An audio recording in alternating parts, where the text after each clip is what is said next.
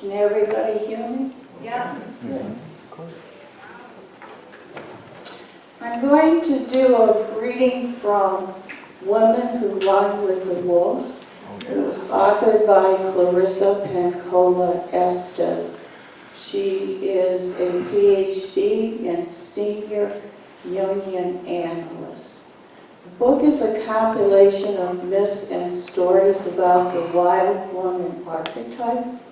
And although it was primarily written for women, I think it's apropos for men, especially men who are wild men. Looking for a wild woman, This old woman, La Loba, is a quintessential 2-million-year-old woman. She lives beneath and yet on the top side of her. She lives in and through us, and we are surrounded by her.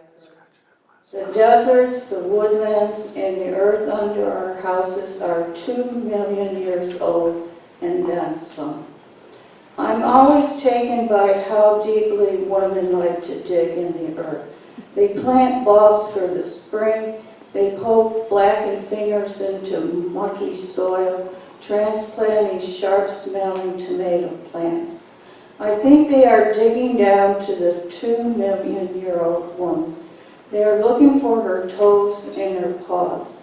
They want her for a present to themselves, for with her they feel of a piece and at peace. Without her they feel restless. Many women I've worked with over the years began their first session with some variation of, well, I don't feel bad, but I don't feel good either. I think that condition is not a great mystery. We know it comes from not enough muck. The cure, La Loba. Find the 2-million-year-old woman. She is caretaker of the dead and dying of women things. She is the road between the living and the dead. She sings the creation hymns over the bones. The old woman, wild woman, is the mythical voice who knows the past and our ancient history and keeps it recorded for us in stories. Sometimes we dream her as a disembodied but beautiful voice. As a hag maiden, she shows us what it means to be, not withered, but wizened. Babies are born wizened with instinct. They know in their bones what is right and what to do about it. It is innate. If a woman holds on to this gift of being old while she is young and young while she is old, she will always know what comes next. If she has lost it, she can yet reclaim it with some purposeful psychic work. In the La Loba story, the old one in the desert is a collector of bones. In archetypal symbology, bones represent the indestructible force. They do not lend themselves to easy reduction. They are by their structure hard to burn, nearly impossible to pulverize. In myth and story, they represent the indestructible soul spirit. We know the soul spirit can be injured, even maimed, but it is very nearly impossible to kill. You can dent the soul and mend it. You can hurt it and scar it. You can leave the marks of illness upon it and the scorch marks of fear, but it does not die, for it is protected by La Loba in the underworld. She is both the finder and the incubator of the bones. Bones are heavy enough to hurt with, sharp enough to cut through flesh, and when old and if strong, tinkle like glass. The bones of the living are alive, and in themselves they constantly renew themselves. A living bone has a curiously soft skin to it. It appears to have certain powers to regenerate itself. Even as a dry bone, it becomes home for small living creatures. The wolf bones in this story represent the indestructible aspect of the wild self, the instinctual nature dedicated to freedom in the unspoiled, that which will never accept the rigors and requirements of a dead or overly civilizing culture. The metaphors in this story typify the entire process for bringing a woman to her full instinctual wildish senses. Within us is the old one who collects bones. Within us there are the soul bones of wild women. Within us is the potential to be fleshed out again as the creature we once were. Within us are the bones to change ourselves and our world. Within us is the breath and our truths and our longings. Together they are the song, the creation hymn we have been yearning to sing. This does not mean we should walk about with our hair hanging in our eyes or with black green claws for fingernails.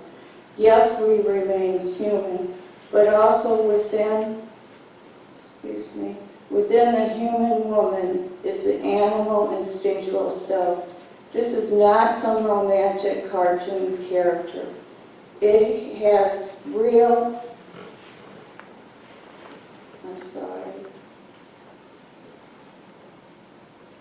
Also within the human woman is the animal instinctual self. This is not some romantic cartoon character. He has real teeth, a true snarl, huge generosity, unequaled hearing, sharp claws, generous and furry breasts. This wolf woman self must have freedom to move, to speak, to be angry, and to create. This self is durable, resilient, and possesses high intuition. It is a self which is knowledgeable in the spiritual dealings of death and birth. Today, the Laloba inside you is collecting bones. What is she remaking? She is the soul self, the builder of the soul house. She makes and remakes the soul by hand. What is she making for you? Even in the best of worlds, the soul needs refurbishing from time to time. Just like the adobes here in the Southwest, a little peels, a little falls down, a little washes away. There is always an old, round woman with bedroom slipper feet who's patting mud slurry on the adobe walls. She mixes straw and water and earth and pats it back on the walls, making them fine again. Without her, the house will lose its shape. Without her, it will wash down into a lump after a hard rain. Laloba is the keeper of the soul. Without her, we lose our shape. Without an open supply line to her, humans are said to be soulless or damned souls. She gives shape to the soul house and makes more house by hand. She is the one in the old apron. She is the one whose dress is longer in the front than in the back. She is the one who pats. She is the soul maker, the wolf raiser, the keeper of things wild. So be you a black wolf, a northern gray, a southern red, or an arctic white, you are the quintessential creature. Although some might really prefer you behave yourself and not climb all over the furniture and joy, or all over people in welcome, do it anyway. Some will draw back from you in fear or disgust. Your lover, however, will cherish this new aspect of you if he or she be the right lover for you. Some people will not like it if you take a sniff at everything to see what it is. And for heaven's sakes, no lying on your back with your feet up in the air. Bad girl, bad wolf, bad dog, right? Wrong. Go ahead, enjoy yourself. Put your feet up.